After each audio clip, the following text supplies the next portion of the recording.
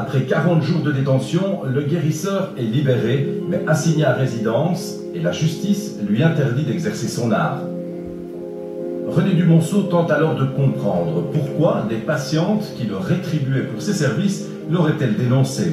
Et c'est en surfant sur le net qu'il pense trouver un début de réponse. Il y a des gens sur Facebook qui me disent « René, on est invité à aller dire qu'on aime » ou bien on est invité comme ami sur un profil et sur une page qui s'appelle Reiki Verso Charlatan. On te le signale parce qu'apparemment tout le monde ne t'aime pas et il y a des gens qui sont en train de te descendre en flammes. L'origine de ça, c'est passionnel, c'est même pas professionnel. C'est une dame avec laquelle j'ai refusé de sortir avec elle, qui s'est arrangée pour que j'ai des problèmes. Une affaire privée qui tourne mal, la justification ne suffit pas à expliquer la dizaine de plaintes déposées. Plusieurs patientes s'étaient laissées séduire par le site internet Reiki Verso, géré par le guérisseur. Et la cliente de cet avocat reconnaît que les techniques particulières de René Dumonceau étaient bien mentionnées sur son site. Elle comprend tout de même que la thérapie peut passer par des manipulations.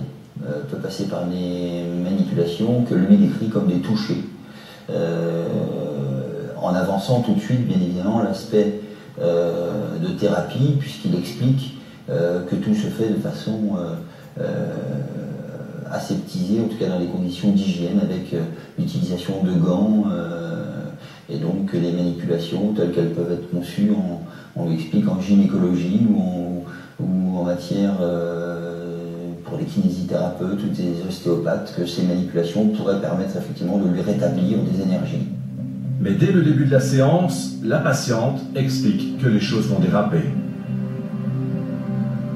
Une appréciation finalement tout à fait subjective du prétendu thérapeute sur les qualités physiques de la cliente qui lui apparaissent déjà quelque peu déplacées. Et puis